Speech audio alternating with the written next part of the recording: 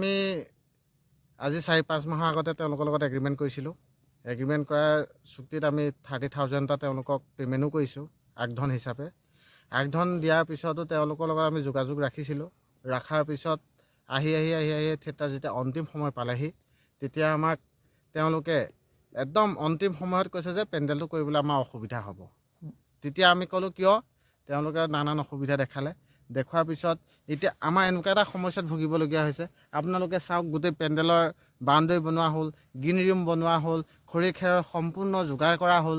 আমি আগধন দিলোঁ, ৰাইজক টিকট দিলোঁ। টিকটৰ প্ৰায় 40% পইচা আমি আগধন হিচাপে কালেকশ্যনো কৰিলোঁ।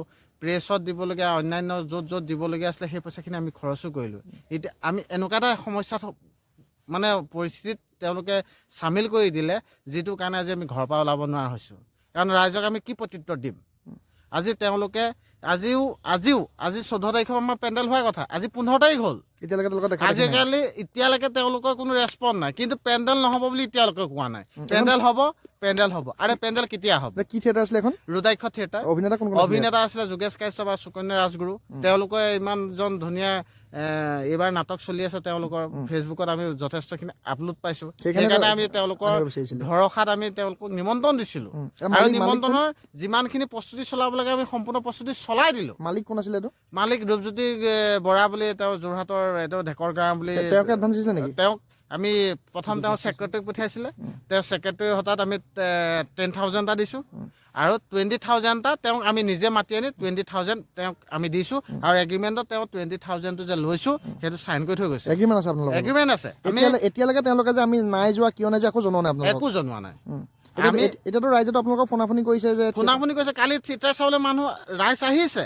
অহাৰ পিছত আমি যিটো পৰিস্থিতিৰ সৃষ্টি হৈছে, যিটো পৰিস্থিতি আমি মোকাবিলা কৰিবলগীয়া হৈছে, সেই বস্তুটো সেইটো ভুক্তভোগীয়ে গম পাব।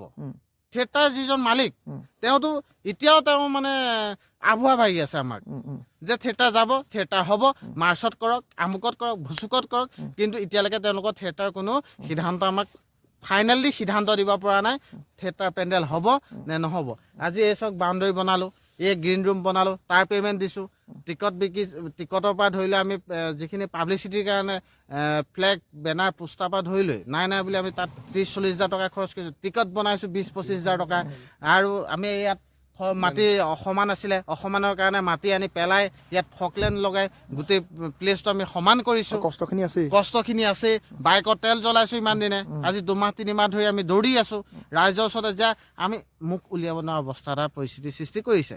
সেইকাৰণে আমি আপোনালোকৰ থ্ৰুৱেদি এটা অনুৰোধ জনাওঁ, আপোনালোকেও আমাক সহায় কৰক। আমাৰ সেই যিখিনি কষ্ট হ'ল, যিখিনি মানুহৰ ওচৰত আজি সন্মানহানি হৈছে, আমি যথেষ্ট প্ৰগ্ৰেম পাতিছোঁ। আমি এই যিখিনি সদস্য আজি ইয়াত উপস্থিত আছোঁ, আমি যথেষ্টখিনি প্ৰগ্ৰেম এই অঞ্চলত পাতিছোঁ। আজি গোটেই ৰাইজৰ ওচৰত আমি লজ্জিত হৈছোঁ। আমি অনুষ্ঠানভাগ পাতিব পৰা নাই। আজি দূৰৰ ৰাইজক আমি টিকট দিছোঁ, তেওঁলোকে আজি ফোনাফোনি কৰিছে, আহিছে, আহি পেলাই ইয়াৰ পৰা ঘূৰি যাবলগীয়া পৰিস্থিতিৰ সৃষ্টি হৈছে।